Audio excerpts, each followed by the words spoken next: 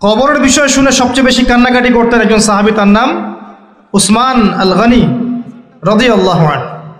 অন্য কোনো বিষয় শুনে তিনি এত কান্নাকাটি করতেন না। এটাই হবে আমাদের জান্নাতের টুকরা অথবা জাহান্নামের গর্ত। আল্লাহ পাক সবার কবরকে জান্নাতুল ফিরদৌস বানায় দেখ। সূরা মুলক রাতের বেলা যারা তেলাওয়াত করবে ইনশাআল্লাহ তাআলা আল্লাহ পাক তাকে কবরের শাস্তি থেকে বাঁচাবে ইনশাআল্লাহ আযজা ওয়া জাল। সূরা ইয়াসিন আপনার কোরআনের মগজ, প্রাণ, হার্ট, এটা যখন পড়বেন আপনি বুঝতে পারবেন কেন এটাকে হার্ট বলা হয়েছে। সূরা বাকারা যে ঘরে পড়া হবে সেই ঘর থেকে শয়তান পালিয়ে চলে যাবে। আমরা তো বাড়ি করলে হুজুর ডেকে আনি, তাই না? ঝাড়ফুঁক করাই, বাড়ি বন্ধ করি, তাবিজ করি, কত কি করি না? মাশাআল্লাহ, আসল কাজ করি না। একটা জায়গায় উঠেছেন, বাসায় উঠেছেন, নতুন বাসা, সূরা বাকারা তেলাওয়াত করেন। ব্যবসা স্টার্ট করেছেন, ওখানে সূরা বাকারা প্লে করেন বা তেলাওয়াত করেন। সূরা বাকারা যেখানে তেলাওয়াত হবে বরকত আসবে এবং সেখান থেকে শয়তান পালিয়ে যাবে ইনশাআল্লাহ তাআলা। অনেক ফজিলত আছে। সূরা কাফিরুন, ওই যে বললাম 1999 জন মানুষ জাহান্নামে যাচ্ছে, তাদের আমল নামায় কোন পাপটা কমন ছিল জানেন? তাদের আমল নামায় কোন পাপটা থাকতে পারে বেশি? শিরকের পাপ। কারণ কি জানেন? আমি বলছি, সূরা নিসার মধ্যে আল্লাহ পাক বলেছেন, ইন্নাল্লাহা লা ইয়াগফিরু আন ইউশরাকা বিহি ওয়া ইয়াগফিরু মা দুনা যালিকা লিমান ইয়াশা। আল্লাহ পাক তার সাথে শিরকের গুনাহ মাফ করেন না, এছাড়া যে কোনো পাপ আল্লাহ যাকে ইচ্ছা মাফ করতে পারেন। তার মানে যে মানুষগুলো বেশি বেশি জাহান্নামে যাচ্ছে তাদের আমল নামায় যে পাপটা থাকতে পারে কমন, সেটা হচ্ছে কি?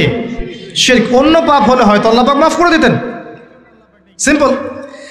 এই শিরক থেকে আল্লাহ পাক আপনাকে বাঁচাবেন একটা আমলের মাধ্যমে, বলে দেব।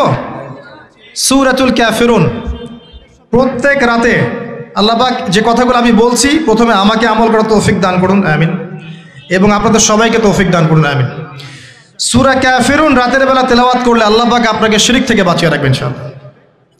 এছাড়াও আরো 3টা ছোট ছোট সূরা আছে, সূরা ফালাক, সূরা নাস, ইখলাস। সকাল সন্ধ্যায় 3 বার করে, ফজরের পর 3 বার 3 বার 3 বার, মাগরিবের পর 3 বার 3 বার 3 বার। এটা বিকেলেও করা যায়, আসরের পরেও করা যায়। আর ঘুমানোর সময় 3-3-3 পরে হাত দুটো একত্রিত করে ফু দিয়ে সারা গায়ে মাসাহ করে ঘুমাতে হয়। এটা করলে দৃশ্য অদৃশ্যের ক্ষতিগুলো আপনাকে স্পর্শ করবে না ইনশাআল্লাহ। মানুষ ঘুমালে শয়তান ঘাড়ে 3টা গিট দেয়, মনে আছে হাদিসটা? মনে আছে? গিট দেয় এবং বলে তুমি ঘুমাও, তোমার সামনে লম্বা রাত। আবার গিট দেয়, তুমি ঘুমাও, তোমার সামনে লম্বা রাত। আবার গিট দিয়ে বলে তুমি ঘুমাও, তোমার সামনে লম্বা রাত। যদি আপনি 3 বার মাসাহ করেন ইনশাআল্লাহ তাআলা দেখবেন সকালে উঠতে আপনার সুবিধা হচ্ছে, এনার্জি পাচ্ছেন, আপনার মধ্যে জড়তা কাজ করবে না। এমন অনেক মুসলিম যুবক আছে কোরআন খুলে দেখেনি কখনো, বিশ্বাস করেন না? সিরিয়াসলি বলছি, এমন অনেক মুসলিম প্রজন্ম আছে যারা কোরআন খুলেও দেখেনি কখনো। তারা জানে কোরআন কয়েকটা দিন পড়তে হয়, কেউ মারা গেলে, কারো 40-এর দিনে, কারো কুলখানির দিনে, দ্যাটস অল। অথবা একটা আয়াতকে ছিঁড়ে নিয়ে কাগজের মধ্যে মুড়িয়ে এখানে মাদুলির মধ্যে ঢুকিয়ে দিবে, ব্যাস বরকত, তাবিজ। এভাবে তারা কোরআন নিচ্ছে জীবনে। এরকমও মুসলিম আছে, আল্লাহ পাক এদেরকে হেদায়েত করুন, আমিন। আমরা কিন্তু আমাদের এই গায়েবের 6 পিলারের কিছুই দেখিনি। পরকালের জীবন দেখেছেন? আমরা দেখি নাই। তাই বলে কি আমরা বিশ্বাস করব না? আমাদের বিশ্বাসটা হচ্ছে গায়েব, অদৃশ্যে। আর চাক্ষুষ পশ্চিমা দর্শনে বিশ্বাস হচ্ছে যে আপনি এই পরীক্ষা নিরীক্ষা যুক্তি দর্শন বিজ্ঞান দিয়ে প্রমাণ করতে না পারলে সেটা কখনো জ্ঞান নয়। এই জ্ঞানতাত্ত্বিক পার্থক্যের কারণে তারা নাস্তিকতায় বিশ্বাসী। আপনাকে এপিস্টিমোলজি বুঝতে হবে, দর্শনটা কি। ওদের দর্শনটা এমন আর আমাদের দর্শনটা এমন নয়। এই কারণে দেখবেন জিনে ওরা বিশ্বাস করে না। মুহাম্মদ সাল্লাল্লাহু আলাইহি ওয়াসাল্লাম জিনদেরও নবী ছিলেন এবং আছেন। এবং ওয়ামা খালাকতুল জিন্না ওয়াল ইনসা ইল্লা লিয়াবুদুন, সূরা জারিয়াতে 56 নম্বর আয়াতে আল্লাহ পাক বলেছেন যে আমি মানুষ এবং জিনকে শুধুমাত্র আমার ইবাদত করার জন্য সৃষ্টি করেছে। ইবলিস সে কি ফেরেশতা? ইবলিস সে কি ফেরেশতা ছিল? খেয়াল করে দেখেন, আল্লাহ পাক বলছেন ওয়াইজ কুলনা লিল মালাইকাতি ইসজুদু লিআদম, যখন আমি মালায়েকা ফেরেশতাদেরকে বললাম তোমরা আদমকে সিজদা করো। কাদেরকে বললেন? ফেরেশতাদেরকে বললেন ইল্লা ইবলিস ফাসাজাদু ইল্লা ইবলিস, সবাই সেজদা করলো, ইবলিস সেজদা করলো না। এই আয়াত থেকে বুঝতে পারছি যে ইবলিস একজন ফেরেশতা, নাউযুবিল্লাহ। এই আয়াতের মধ্যে তো জিনের কথা নাই, আছে? কোরআনের এই একটা আয়াতকে কেন্দ্র করে যদি আপনি ফলাফলে আসতে চান তাহলে আপনাকে বিশ্বাস করতে হবে যে ইবলিস একজন জিন ছিল, মালাক ছিল। আল্লাহ পাক মালায়েকাকে বলেছেন সেজদা করো, ইবলিস করেনি। কি বুঝলেন? ইবলিস মালাক ছিল। এটা হচ্ছে কি কোরআনের কিছু অংশকে পড়ে মুফতিগিরি করা। আপনি যখন সূরা কাহাফের মধ্যে যাবেন তখন দেখবেন আল্লাহ বলছেন ওয়া কানা মিনাল জিন, আছে না? সে জিনদের একজন ছিল। যে কোরআনের আংশিক জ্ঞান নিয়ে যখন আমরা সলিউশন বের করতে যাব তখন আমাদের অবস্থা হবে এমন, একটা বিষয় সম্পর্কে কোরআনের বিভিন্ন জায়গায় যা বলা আছে সবগুলোকে একত্রিত করতে হবে। এই প্রসঙ্গে যতগুলো হাদিস আছে এগুলোকে একত্রিত করতে হবে। সাহাবায়ে কেরামদের যে কওল আছে এগুলোকে একত্রিত করতে হবে। সলফে সালিহিনের বুঝগুলোকে একত্রিত করতে হবে, এরপর একটা সিদ্ধান্তে আসতে হবে। আর যদি আপনি একটা আয়াতকে কেন্দ্র করে ফলাফলে আসতে চান, এই সমস্যাটার নাম হচ্ছে আইসোলেশন, মানে একমুখী জ্ঞান, বা আপনি একটা বিষয়কে দেখেই সিদ্ধান্তে চলে আসলেন। তো কোরআন বোঝারও একটা মূলনীতি আছে যে আমি একটা আয়াতকে দেখেই কিন্তু ফলাফলে আসা যাবে না। যেমন একটা আয়াত আছে যে মুশরিকরা তোমাদেরকে যেমন করে হত্যা করে তোমরাও মুশরিকদেরকে হত্যা করো, আছে না? কোন সূরা আছে? কোন সূরা আছে বলেন? জানেন না? এমনে তো ভাই আল কোরআনের আলো ঘরে ঘরে জ্বলবে না।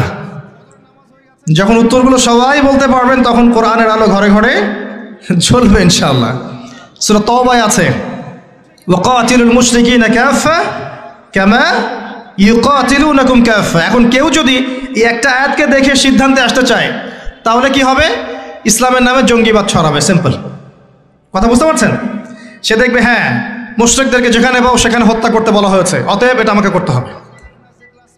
কিন্তু পুরো কোরআন যদি সে পড়তো তাহলে বুঝতো এটা একটা নির্দিষ্ট প্রেক্ষাপটের আয়াত ছিল, এটা একটা নির্দিষ্ট প্রেক্ষাপটের আয়াত ছিল, যেই প্রেক্ষাপটে এটা প্রযোজ্য ছিল। এটাকে বলে আইসোলেশন, একটা আয়াতকে দেখেই সলিউশনে চলে আসা। আমার আলোচনার কিছু কিছু বিষয় তো কঠিন মনে হচ্ছে, আস্তে আস্তে সহজ হয়ে যাবে ইনশাআল্লাহ। আমি বোঝাতে চাচ্ছি যে আল্লাহ পাক কোরআনুল কারীমের মধ্যে প্রতিটা বিষয়ের সমাধান নাজিল করেছেন। এখন কোরআন কেন্দ্রিক আমাদের কিছু কাজ আছে। এই কোরআনের শাব্দিক অর্থ হচ্ছে নিত্য পঠিতব্য বই, যেটা নিয়মিত পড়া হয়।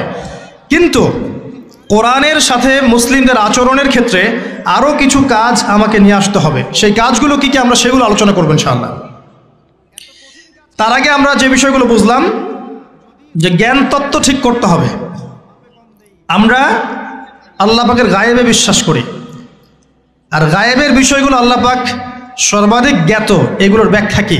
সমস্ত ব্যাখ্যা আল্লাহ পাক মানুষকে শেখান নাই। এমন অনেক জ্ঞান আছে যেগুলো আল্লাহ পাক মানুষকে আদৌ শেখান নাই, আছে না? আছে। মানুষ কি সব কিছু জানে? জানে না। তো কোরআনে আল্লাহ পাক বলছেন আমি কোরআনের মধ্যে সমস্ত বিষয়ের সমাধান নাজিল করেছি, এবং আল্লাহ আরও বলেছেন ওয়াকুলিল হাক্কু মির রাব্বিকুম, সত্য তোমার রবের পক্ষ থেকে নাজিল হয়। সুবহানাল্লাহ।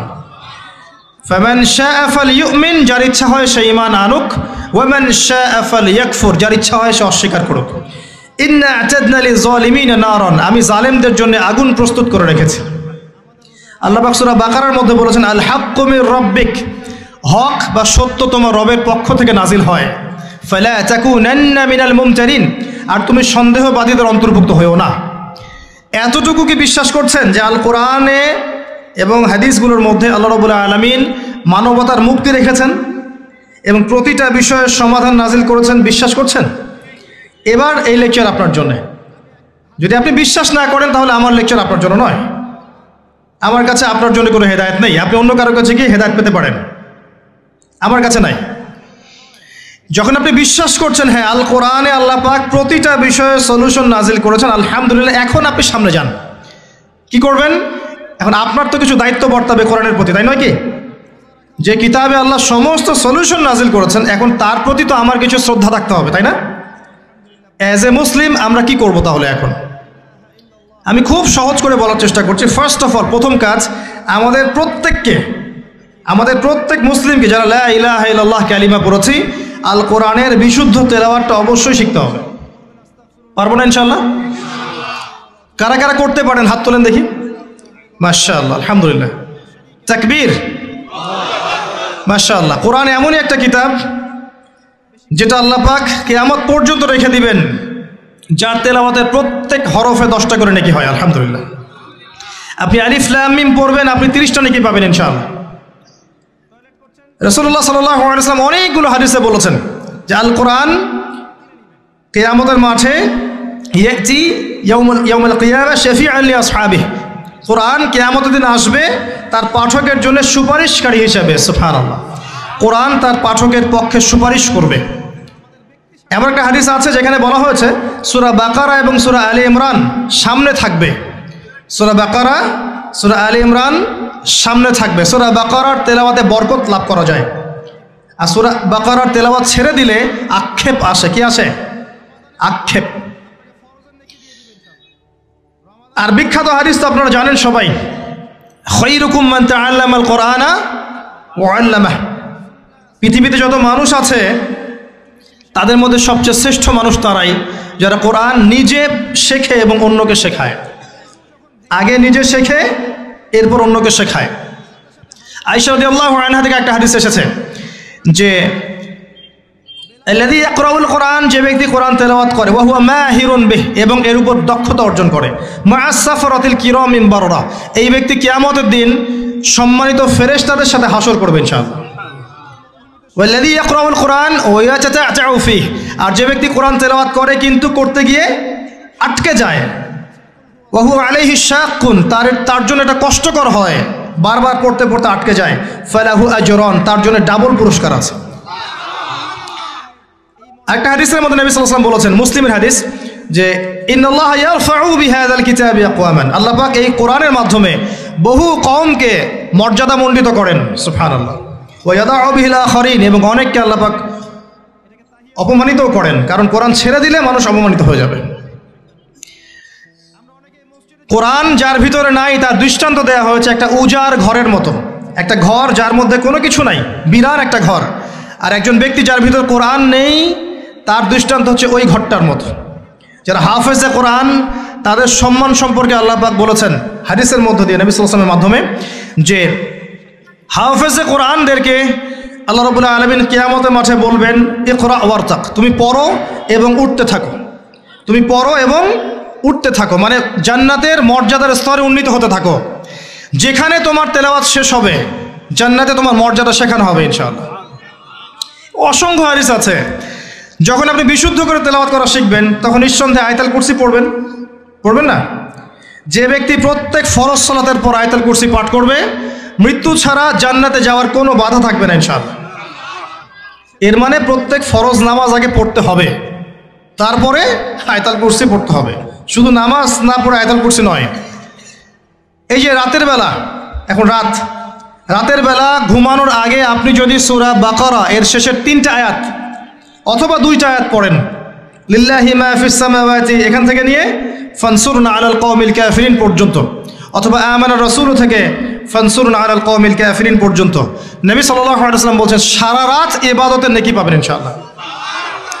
এবং সারা রাত কোনো দৃশ্য অদৃশ্যের ক্ষতি আপনাকে স্পর্শ করবে না ইনশাআল্লাহ। ফজিলতগুলো শেষ করতে পারবো না, সারা রাত চলে যাবে। এই যে সূরা মুলক, রাতের বেলা ঘুমানোর আগে যারা সূরা মুলক তেলাওয়াত করে ইনশাআল্লাহ কবরের আযাব থেকে আল্লাহ পাক তাদেরকে হেফাজত করবে ইনশাআল্লাহ। আর কবর সম্পর্কে আপনারা জানেন যে এটা এমন একটা জায়গা যেখানে আমরা যেমন একা এসেছি একা যেতে হবে। আমার বাড়ি গাড়ি টাকা পয়সা সহায় সম্পত্তি পলিটিক্যাল পাওয়ার সোশ্যাল পাওয়ার কোনো কিছুই আমার সাথে যাবে না, ইল্লা আমালুন সালেহ, আমল সালেহ ব্যতীত কোনো কিছু আমার সাথে যাবে না। এবং সেখানে আমাকে প্রশ্ন করা হবে। কয়টা প্রশ্ন? 3টা। মান রব্বুক, যে ব্যক্তি পৃথিবীতে আল্লাহর সাথে শিরক করেছে, তওবা না করে মারা গেছে, সে কোশ্চিন কালেও মান রব্বুক উত্তর দিতে পারবে না। যে ব্যক্তি পৃথিবীতে তাওহীদের উপর ছিল ইনশাআল্লাহ সেই ব্যক্তি মান রব্বুক উত্তর দিতে পারবে ইনশাআল্লাহ। দুনিয়াতে যে ব্যক্তি দ্বীন ইসলামকে পরিপূর্ণরূপে গ্রহণ করেনি সে ব্যক্তি মা দিনুক উত্তর দিতে পারবে না। দুনিয়াতে যে ব্যক্তি দ্বীন ইসলামকে পরিপূর্ণরূপে গ্রহণ করেছে ইনশাআল্লাহ সে উত্তর দিতে পারবে দ্বীন আল ইসলাম। পৃথিবীতে যে ব্যক্তি মুহাম্মদ সাল্লাল্লাহু আলাইহি ওয়াসাল্লামের আদর্শকে মেনে চলেনি সে কোশ্চিনকালেও মান নাবিয়ুক উত্তর দিতে পারবে না। দুনিয়াতে যারা মুহাম্মদ সাল্লাল্লাহু আলাইহি ওয়াসাল্লামের আদর্শের উপর থাকবে, তার সুন্নাহর উপর থাকবে, ইনশাআল্লাহ হাসতে হাসতে উত্তর দিয়ে দিবে যে হুয়া রাসূলুল্লাহ সাল্লাল্লাহু আলাইহি ওয়াসাল্লাম। তিনটা উত্তর যারা দিতে পারবে তাদেরকে আরো একটা এক্সট্রা প্রশ্ন করা হবে। এটা জানেন যে কিভাবে তুমি জানলে এগুলো? এটা তো এমন কঠিন প্রশ্ন যেটার উত্তর বেশিরভাগ মানুষই দিতে পারে না। আমি কেমন করে বললাম বেশিরভাগ মানুষ দিতে পারে না? সহিহ বুখারীর ওই হাদিসগুলো থেকে। কোন হাদিস? 4 বার এসেছে আদম আলাইহিস সালামকে আল্লাহ পাক ডাকবেন, ডেকে বলবেন তোমার সন্তানদের মধ্য থেকে জাহান্নামীদেরকে আলাদা করে দাও। আদম আলাইহিস সালাম বলবেন কতজন হে আল্লাহ? আল্লাহ পাক বলবেন 1999 জনকে জাহান্নামের জন্য আলাদা করে দাও। তাহলে বুঝতে পারলাম কবরের উত্তর বেশিরভাগ মানুষই দিতে পারবে না। তো সেই ব্যক্তি তখন বলবে যে করাতু কিতাবাল্লাহ ফাআলিমত, আমি আল্লাহর কিতাব পড়েছি এরপর জেনেছি। তাহলে আল্লাহর কিতাব পড়ার দরকার আছে না ভাই? আলহামদুলিল্লাহ। ফজিলত এই বিষয়টা শুনে